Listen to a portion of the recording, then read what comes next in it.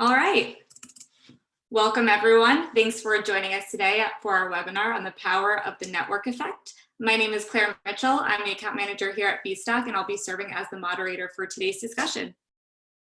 As we get into the webinar, please feel free to use the portal on your screen to send in questions through the Q&A tab on your toolbar. We'll plan to do a Q&A at the end of the presentation. And with that, I'd like to welcome Eric Moriarty, the Vice President at bstock. Eric's had decades of experience building online marketplaces for both B2B and B2C. At bstock, Eric has helped build and nurture relationships with some of the world's largest retailers, helping them recover hundreds of millions for their excess and returned merchandise through our marketplace platform. So welcome, Eric. Thanks, Claire. Appreciate it. And thanks to everyone who's attending the webinar. When this was originally scheduled, I didn't imagine that I would be delivering it from my house rather than our office. So if it's okay with everyone, I'm going to kind of keep off video because the bandwidth is not as strong here. I'm sure many of you are probably working from home today as well. So thanks for joining with everything that's going on. Obviously, with the coronavirus, there's obviously some growing challenges that we're all facing, and they're going to lead to various levels of disruption in supply chains, depending on the company. And now more than ever, right? Liquidity is one of the biggest concerns that companies are having, and in the current environment, it's as important as it's ever been to be thinking about how to de-risk your supply chain, and really having access to a large and diverse buyer base, an efficient and effective mechanism to liquidate excess inventory out of your facilities, turn that inventory into cash, and get it out of your warehouse is going to be critical. So hopefully today's topic is relevant to some of the problems that people are facing today, and we'll shed some light on how some of our clients are dealing with those problems. But above all else, I think the important message is I hope everyone's staying safe and healthy, and I'm sure we'll all get through this together. So today's topic is about the power of the network effect and the impact that has on buyer and seller behaviors, and also pricing in the secondary market. Before I begin, actually, let me just switch over to, let me make sure that everyone understands what we do. So sorry for kind of, so at a high level, it's not a sales pitch. I'm just kind of setting the stage. It'll provide some context for what we discuss later.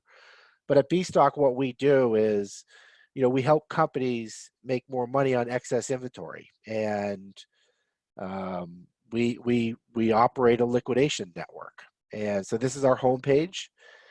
I'm going to click on the Marketplaces tab, and you will see all of the marketplaces that we operate. So what we do is, for each individual client, we build for them their own private online auction B2B marketplace, where the buyers in these marketplaces are businesses, and they're bidding on excess inventory from our clients. So I'll just show you what one of those marketplaces looks like. As you can see, these are individual listings that companies are bidding on, and it's a truckload of furniture. It's not an individual couch or something. So the buyers are all businesses, and it's excess inventory that the clients are liquidating. And they all used to liquidate inventory some other way. This is just sort of a new and innovative approach that they're taking with our solution, that's helping them get higher prices, increase the velocity. There's all kinds of value. So I want to kind of show everyone that, so it'll provide some context for the presentation. So I'll kind of go back to the slides. So to start out, what I'm first going to show you, I want to show you kind of two different ways of looking at this. So what I'm first going to show you is sort of a visual representation of the network effect, and I'm going to follow it up with probably some more It's a little more boring, but some data, right? Some data that kind of backs up what you visually will be seeing today in this first slide. So what this is it's the birth of a category at bstock. And so the red dot there in the middle is a marketplace. It's one of those companies that you saw on that logo slide. And each line coming out of those red dots, those are transactions that are occurring over time. And the red line is the latest transaction. And the dots at the end of those lines, those are buyers. And so what you'll see, the first thing that you'll notice, it's pretty obvious, is that there's not one buyer, but there's many buyers. And that's one of the most important things about a network, is that it provides you with access to a large, diverse buyer base, rather than being reliant on a small, finite number of buyers. It kind of de-risks that relationship a little bit. I think the second thing that you'll notice is like new red dots have cropped up. And in addition, those red dots, the new marketplaces that have come into the network have brought with them a whole new set of buyers. So you kind of see how the buyer bases are sort of clustering around the red dots. And so while there are some, sorry about that, there's some crossover, there are some buyers that are buying from different, all marketplaces. Each marketplace is bringing a whole new set of buyers. And so, it's the very definition of the network effect there, right? The more buyers, the more sellers, the more buyers, the more sellers. And I think the important thing to think about is that all of these red dots, right, they didn't start out liquidating through our platform. They've been liquidating for a long time. And, they were just selling to a small, finite group of buyers, and they tend to be like large liquidators. So one of the things that you'll notice in this video is that there are big red dots. Those are the marketplaces, but there's starting to be some big blue dots, and those are actually big buyers. And the size of those dots is the volume of inventory that those buyers are buying. And so in a way, you're looking at this and you're seeing, hey, those big blue dots are a lot like the way those clients used to liquidate inventory. They had a small group of very large companies who were buying all of their inventory, and they were just doing it at really low prices because they weren't really forced to compete for the inventory. So what you'll see here is that they're still winning, right? These large companies are still winning a good chunk of the inventory, but by no means are they winning all, right? All those other dots are other buyers that are winning the inventory, and they are beating those big blue dots on price because they're bidding higher. And what the end result is it's really making our clients more money, right? They're able to get higher prices because the network is ensuring that they are selling their inventory to the bidder that is willing to pay the highest price at any point in time. And, that sometimes is those big blue dots that are the big companies. But as you can clearly see, there are many instances when it's not, right? And that's kind of the value of having a very broad, diverse buyer base at your fingertips. So it sort of de-risks that liquidation channel. Now, one of the other things that you kind of see is that every time I look at this, it looks like a solar system, right? But you saw some of those red dots, the marketplaces, kind of get sucked into the middle, right? And that's a great representation of the power of the network effect.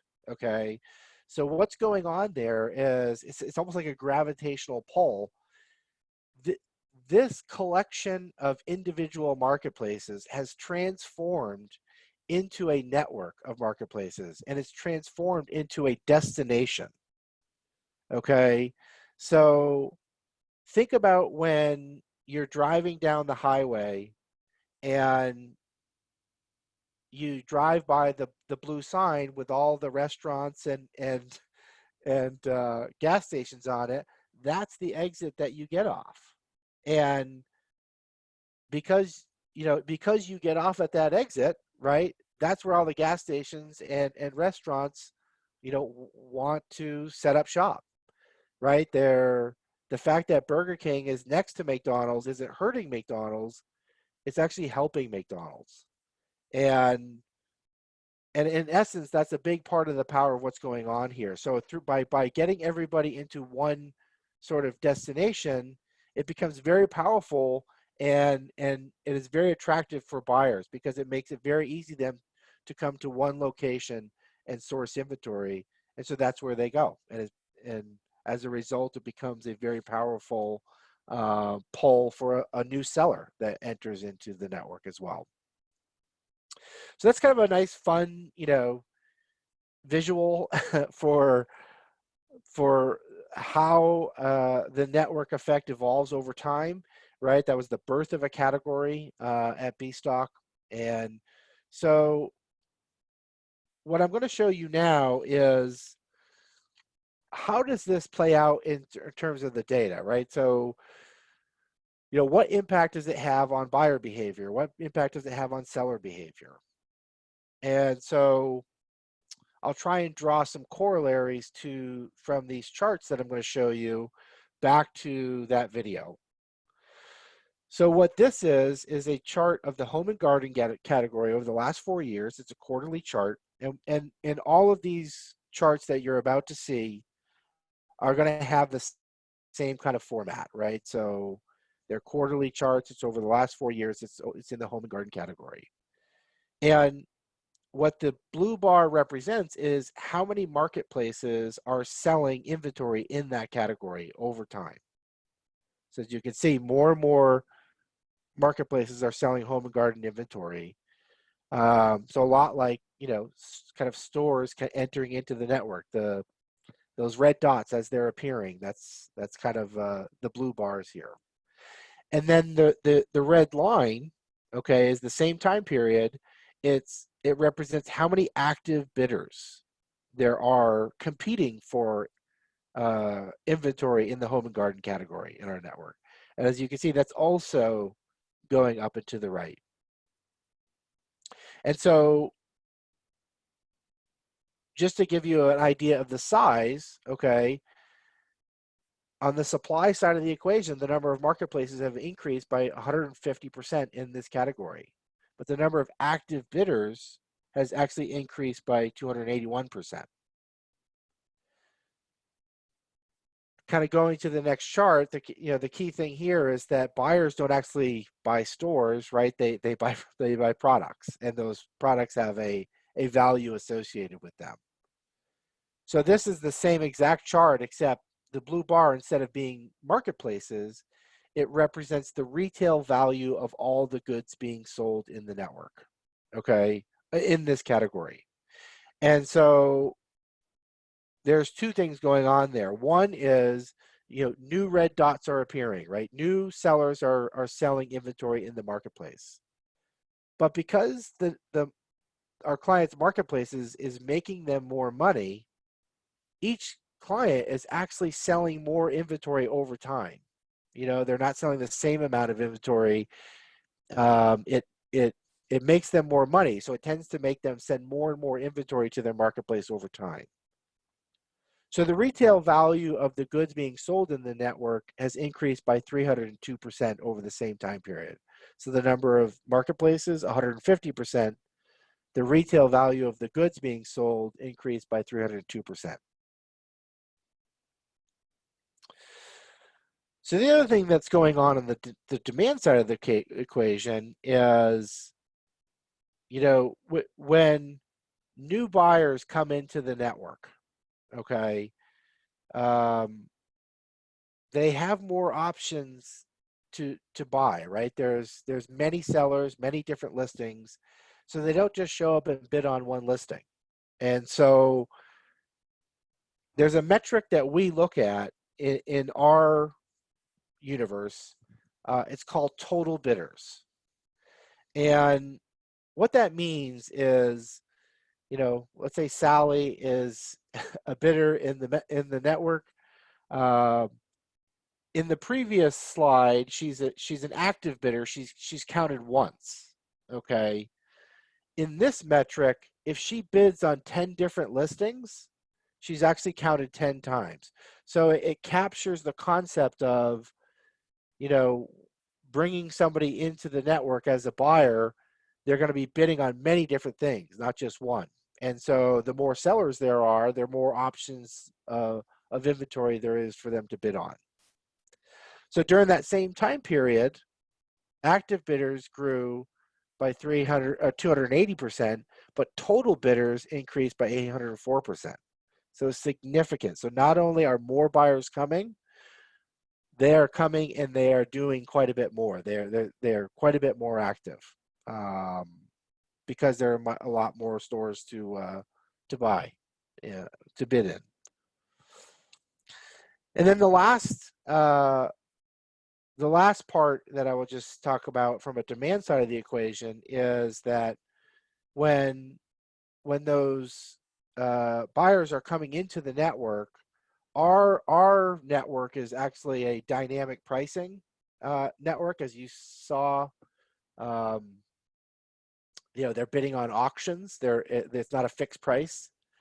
And so there's actually a lot of psychology that goes into bidding, which drives prices higher. But because the network is auctions and not fixed price, what we're capturing is, well, how many bids are they placing, right? When they come. So Sally comes into the store, she's counted once as an active bidder. She bids on 10 different listings. She's counted 10 times as a total bidder, and she bids 75 different times on those 10 listings. You know, that's this metric, bids. And so over that same time period, the number of bids has gone up 642%. And so just this huge explosion in demand, and a lot of it is the result of the increase in supply. So one of the things that we look at heavily is, what is the relationship between the two? So it's really great if we can grow demand, and it's really great if we can grow supply, but if we're not growing them together, if we have too much demand or too much supply, then what happens is you have a lot of failures, and the participants start to exit the network.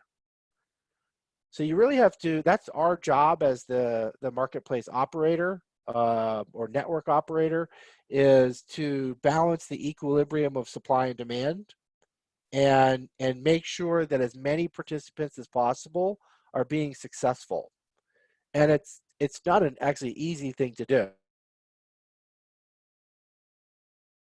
Time and energy focusing on data to figure out, you know, how do we kind of keep our buyers and sellers in a state of equilibrium and grow them together. We you know, a lot of us here, we used to work at eBay, so we've been doing this a very long time. So we're kind of leveraging all of our experience doing this.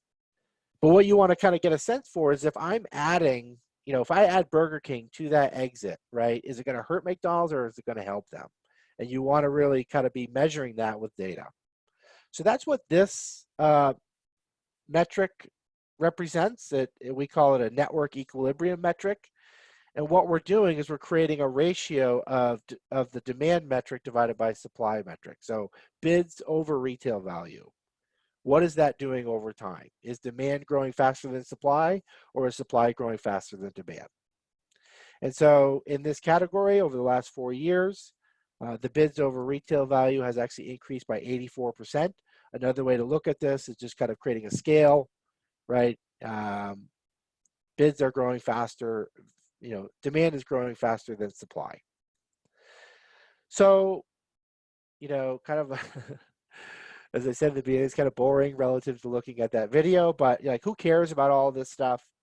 The reality is what impact does this have on prices? You know, that's really ultimately what matters to companies who are, you know, trying to liquidate excess inventory and turn it into cash, like many are today, dealing with the things that are going on today. So this is the same chart, again, same time period. Okay, the blue bars, the marketplaces, the growth in the number of stores selling inventory. And just to sort of recap those numbers, right? On the supply side of the equation, the marketplaces grew 150%. The retail value of the goods being sold grew 302%. On the demand side, we've increased the number of active bidders by 281%, total bidders by 804, and the total bids by 642%. And so the net result is that red line, which is price over that same time period, or the recovery rate as a percentage of the retail value of the goods. So over that same time period, with all that increase in supply, as well as the increase in demand, what impact did it have on prices? Well, it made prices go up 24%. So, at a high level, that's kind of the primary takeaways of the power of the network effect, right? You saw the visual up front, and then you saw the data, right, over time, what's going on with the buying and selling activity. So just to kind of to recap, right, one of the key aspects to networks is that it provides you with access to many buyers, and that that diversification has never been more critical than it is right now, with everything that's going on. I mean, supply chains are just getting disrupted. Being able to turn that inventory to cash quickly and get inventory out of your facility to make way for new goods when things kind of get turned around is extremely important. And so having access to that diverse buyer base is really, really important. When there are many stores in the network, it doesn't actually hurt you when Lowe's joins the network and um, Home Depot as well, right? There's all kinds of competitors that are in our network. They actually help each other. It turns the network into a destination, which is extremely attractive for buyers. They can go to one place and access quite a bit of inventory. And when those buyers get there, right, the fact that there's a lot of stores, they don't just show up and do one thing. They bid on many different things, and that is an important aspect of things that are going on. There's an exponential effect that the network effect has on the behavior of buyers when they're participating in the network. And then ultimately, in our world, the thing that is driving prices higher significantly is the fact that it's dynamic pricing. They're bidding against each other. So rather than a large liquidator negotiating a client down in price, what's happening is the business buyers are negotiating against each other, and ultimately each lot's selling for the highest price that the market is willing to pay. And last, but not least, is that on our side of things, it's really important that we're growing the supply side of the equation. It's really important that we're growing the demand side of the equation.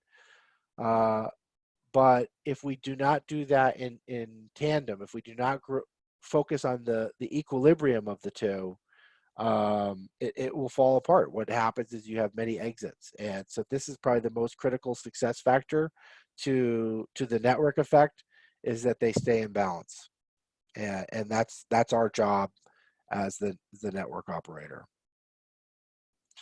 So with that said, happy to open it up to any questions that people have.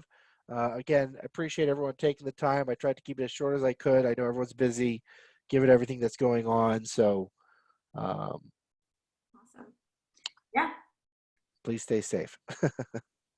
Perfect. Yeah, so let's go ahead and move on to the Q&A portion now. Actually, already a few questions came through, so quite the active group today. So we'll go ahead and get started with those. Again, please feel free to submit your questions through the Q&A portal of the webinar. So Eric, you're ready. On your marketplace, on your marketplace page, I noticed that some of the marketplaces are branded, some are unbranded. Can you explain the benefits of having your own branded marketplace? Sure. Can you, are you seeing the marketplaces page? Yeah. Okay. So the answer is relatively obvious and simple, which is, these are really big, well-known companies. And so what comes along with all of those brands is a massive trust premium. So if someone is registering in one of these marketplaces because it's branded, uh, that brings with it a lot of trust and that they would have over an unknown entity. And so kind of showcasing that brand to the buyers up front is extremely helpful. It's not only helpful in kind of that trust piece, but it's helpful in attracting buyers to the marketplace. But in some cases, certain companies just don't want to have their logo up and being the brand of the marketplace, which is fine. It works. Um, and so that is an option, in our solution, that is an option. Great. All right. Next up, so I'm a manufacturer and I'm concerned with my brand or label getting into the wrong hands. How do I make sure my brand will be safe? That's a great question. It's something, what I could just talk about is how we deal with it at bstock. It is a very important piece that we take very seriously. So I'll just show what we do. I'll just go to an example of a manufacturer. Um, all of our marketplaces are private. So it's not like eBay or something where anyone can kind of come in and bid. Only companies that are actually approved by the client are able to view and bid on the inventory. So if I were interested in one of these listings and clicked on it, I would not be able to place a bid because I'm not logged in, right? Only approved buyers can bid on the inventory and even see the details. And that's one of the things that we're doing is we're driving all of our buyers to our clients' marketplaces. And what they're doing is they're registering and they're not automatically approved. They go into a pending status, and we have a team of people where that's their job, is to approve or deny those registrations based on our client's criteria. And what one company's criteria is different than another's. And so each one is kind of handled in their own way. Additionally, every company has their own kind of terms and conditions for how they want to do business. And everybody does business differently. And so each marketplace that we operate for our client, the terms and conditions of that marketplace are written by the client. And, and so those are the kind of two primary ways where, at least in our solution, it allows our client to maintain control of the channel. As an example, some clients require all buyers to export inventory out of the country. That's just how they want to do business. So there's all different kinds of things like that. And that's how that's the tools that we use to provide that control. Great. Thank you, Eric. All right. And just a heads up, guys, we will be sharing the presentation after the call too. So I know we got a few questions about that. So we will be sharing that. One other question. Okay, so this is a good one. Where do your buyers come from? How do you find and nurture them? Yeah, great question. So, think about it like a classic funnel, right? So at the end of the day, we're trying to drive buyers down into the very bottom of the funnel, which is a repeat buyer. So, all businesses are only sustained by repeat buyer behavior, and that's what we're trying to do. So there are things that we're doing within each marketplace to activate registered users. We are doing things within our network as a whole to get buyers to register on all the different marketplaces that we're operating. And then at the very top of the funnel, right, we're reaching out there into the world, online search engine marketing. We're doing trade shows. We're doing social media, those kinds of things to drive new buyers into the network. And it kind of acts like a shape sorter, right? The buyers that come in, they go in and they register on the marketplaces that are interesting to them, and in the industries that they are in. So kind of high level, that's kind of the mechanism that we use to activate and acquire new buyers.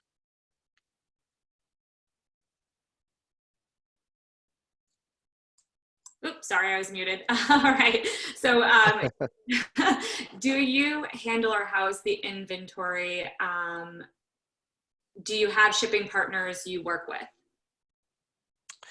Yeah, we do. So we ourselves don't warehouse or ship inventory, but we have partners. So to use a buzzword from like 100 years ago, if you think about this network of buyers and sellers that we're operating around the network, we are kind of integrating third-party service providers. So things like freight, things like warehousing, there's payment providers, there data wiping, all those kinds of things.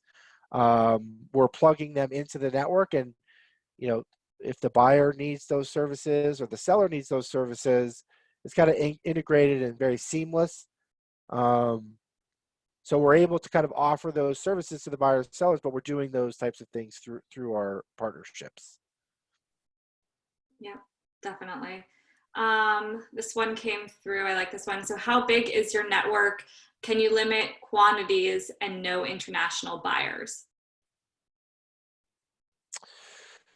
So we're a private company, so probably some of the questions you want answered, we don't answer. I can tell you we process, well over $1 billion in GMV every year,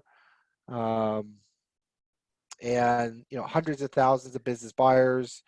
We have in the neighborhood of 60. I don't know the exact number to date. The 60 large enterprise sellers using our solution. We also have a small to medium-sized business solution, which is really growing. And another metric to think about the size of the network. Our clients, they do over $2 trillion in revenue. Not through us, but that's their business. So that's kind of gives you the size of the businesses that we're dealing with. Yeah. Definitely. All right. So how do restrictions like export mandates and or other offering a single lot size across the marketplace affect recovery? Can you repeat that one more time? Sorry. Yeah. How do restrictions like export mandates and or only offering a single lot size across the marketplace impact recovery? Got it. Yeah. So, the umbrella way to think about it is anything that actually restricts bidding or so which everybody has, right? None of these companies say, oh yeah, anybody can bid. All the buyers, for example, they have to be a business. It can't be an individual bidding on these goods. So there are various levels of restrictions. As an example, some of our manufacturers only sell to their dealers within their marketplace.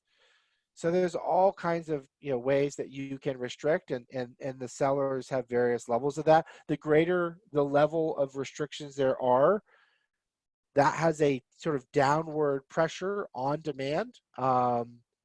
But with those restrictions, when you compare the marketplace business model to one where you're selling to directly to a small group of buyers and they're negotiating you down,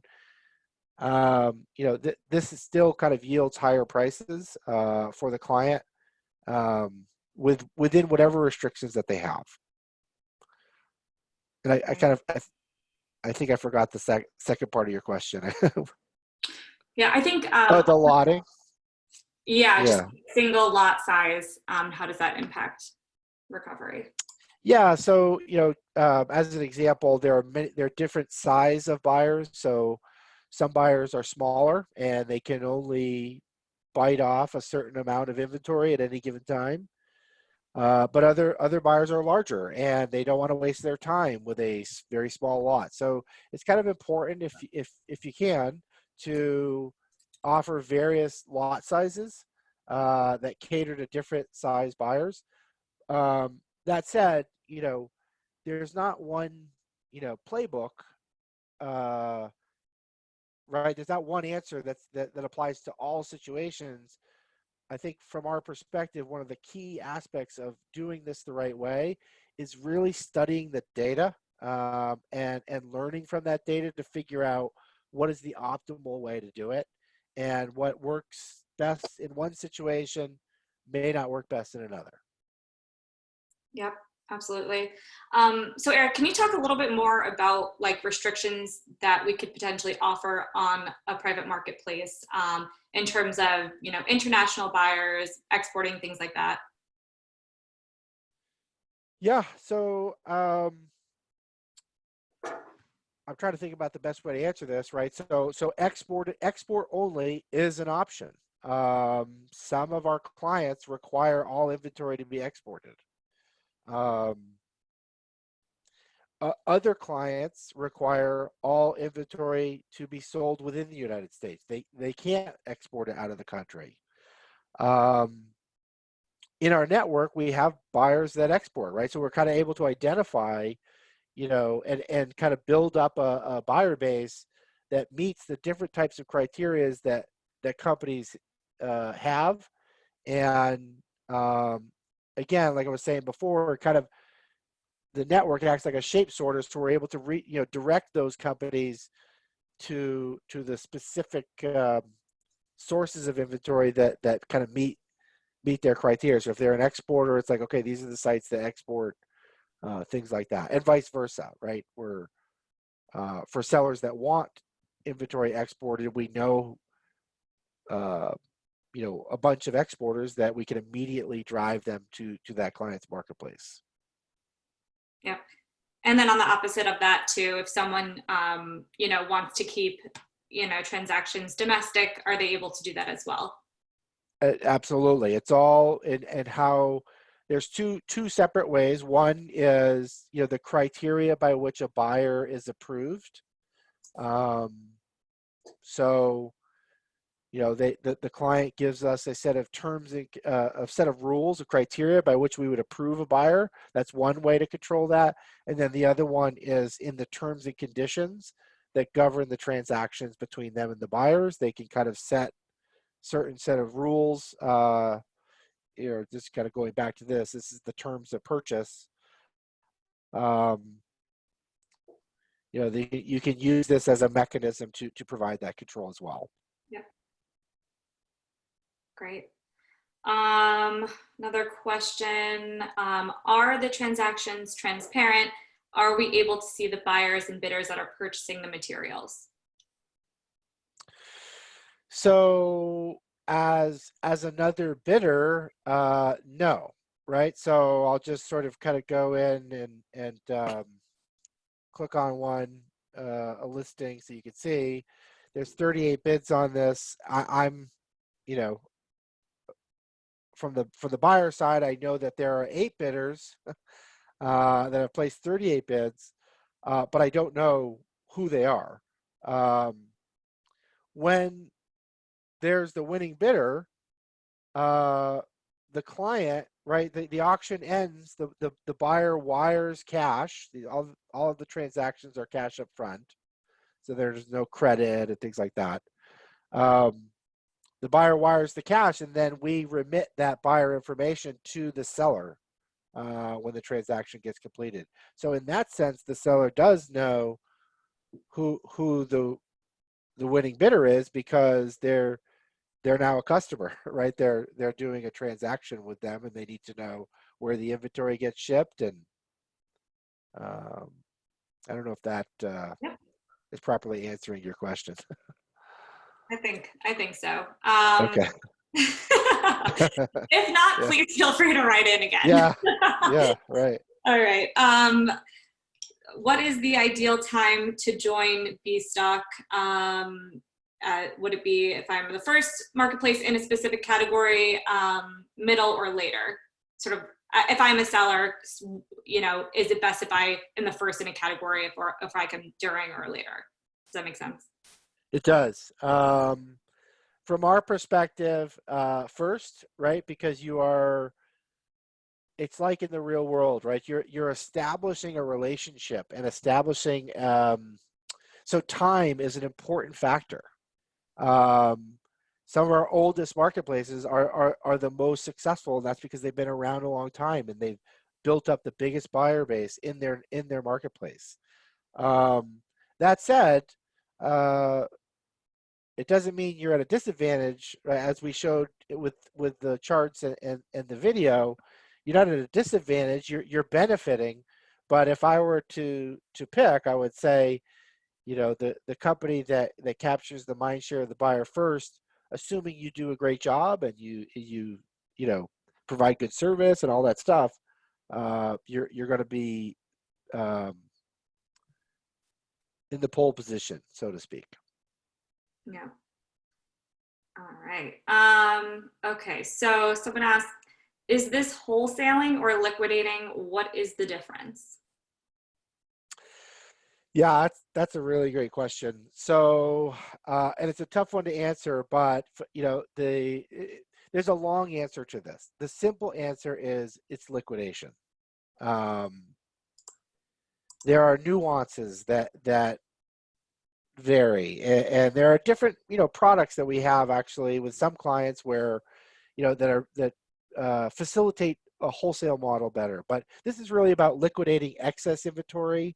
Um, so it's the stuff that's on pallets and truckloads, and you're selling off to a liquidator or a jobber or one of the discounters or whatever the case may be, and you're just getting kind of killed on price. This generates significantly higher prices. Typically, we're generating, you know, about a 30 to 80% price increase over how our clients used to do it before they used our solution. Yeah, makes sense. Let's see here. I got a couple more. Feel free to, you know, send in more questions if you'd like. We have a few more minutes. If not, if we don't get to everything, again, we'll answer them following this webinar. Okay, interesting question. So when designing auctions, how do you balance the math of macro auctions data with art of each individual client? Yeah, that's a pretty sophisticated Yeah, question. yeah, Um, yeah, so I think I know what you're asking. So here's what I will say is that we are leveraging the power of the network on our side as well, right? So we're studying the data behind every single one of these marketplaces. So we're not only looking at each individual marketplace, but we are looking at data across the network of marketplaces. And there's a lot of power in that. You know, and so we can't share with a, you know, an individual company someone else's data, but we know what it is, and we are leveraging the learnings from that macro level to implement strategies that are designed to optimize for each individual client. So everyone's kind of benefiting from the fact that the data is aggregated, but you know, they just don't get to see each other's data. They only really get to see their own. Um, and you know, there's probably another webinar that we can yeah. host about like you know, the data analytics behind how to optimize for pricing. Because I'll say this one, you know, this is the best way I know how to say it. You know, this is a large file, Excel file of inventory, right? All of these listings, and how this inventory is broken up into individual listings has a massive impact on what the final price will be. And so how you do it really matters. It's not just throw it up on the website and see what happens. how you do it really matters. And that's one of our greatest areas of expertise. We've been doing this for 20 years, since the late 90s at eBay. And, and we have a lot of data to figure out what's the optimal way to do it. And so the combination of those two is really kind of helping us help our clients make more money and optimize all aspects actually of their supply chain, but primarily on the liquidation side, and getting higher prices and increasing velocity and all those things. Yeah, great. Only have time for a couple more questions, so I'm just going to do the last two. So how does bstock fit into the circular economy? Yeah, this is something that we've recently started to think about a lot. Um, and, you know, our entire business is about reuse. So without even, realizing it, we've built up a company that is a part of the circular economy just by its very existence. We are helping companies find new homes for products rather than throwing it away, because we're finding a bunch of buyers out there who are willing to pay prices that make it worth it not to throw it away, right? And I think that's one of the things about old methods of liquidation. It was just such a poor result, because you got really low prices that companies never wanted to do it. Well, if you're getting a lot higher prices for that inventory, it means you can actually liquidate quite a bit more, and you're more likely to liquidate sooner. And so, yeah, I don't want to misquote a number, but it's a significant volume of pounds of inventory that we are, helping our clients keep out of landfill and back into use. Yeah, absolutely. Okay, so just one more. So we have a seasonal question, and then we also have a question: how much stock or inventory is typically required for a pilot to be successful for the seller? Another very nuanced question. So there is a minimum level, right? And so, if you look at all of these marketplaces, there's a formula for success here, and part of that formula is, if we drive buyers to a marketplace and it's empty, right, or has very little inventory, it makes it very difficult for us to convince buyers to keep going to that destination. So there has to be a minimum level. We have that in our contract. So you're certainly talking on an annualized basis, probably low millions of dollars a year annually is what you need to be kind of liquidating. Is it exact? No, it's not exact, but we do think about it. We structure, we do require a minimum level. And you asked about a pilot, right? So we have the client can test it out for a shorter period of time and not make a long commitment, to see if it actually delivers on the promise of higher prices and increased velocity and all the things that that we talk about when we're talking to them. But even during that pilot, like, you have to commit to a minimum level, because we can't build a buyer base if there's no inventory there. So Yeah, absolutely. All right, so I don't believe we have any additional time for questions. So again, if your question was not answered, we'll go ahead and send you an email directly to make sure that we answer everything. And like I said, we'll be sharing the presentation out, so you guys can all take a look at that, share it internally. But thank you so much, Eric, and everyone. Thanks again for taking the time to join us today. If you have any additional questions or want to connect with us, just email our customer support team at cs@bstock.com. And again, I'll plan to send that follow-up note to you all. And then Feel free to tune in every third Thursday of the month. We'll be hosting more webinars going forward, so we look forward to connecting with you then. All right, well, hope everyone has a great rest of your day and stay healthy. Thanks. Thanks, everyone.